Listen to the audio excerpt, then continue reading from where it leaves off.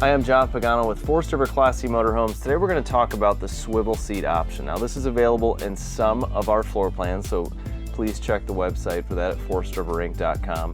What you want to do is you want to make sure if we're in a Ford chassis that the seat is 90 degrees and halfway between forward and backwards. You can adjust the recline on the right or left-hand side, depending on when you're in the driver or passenger seat, and underneath would be the forward and backward. Once you're there, there's a lever down here that you'd pull, and then this slides at 45 degrees. That unlocks it, and now we can swivel the seat. So once you've swiveled it, we give you a 5-inch booster seat that straps around, just so you're sitting at the same level as everyone else in the living area.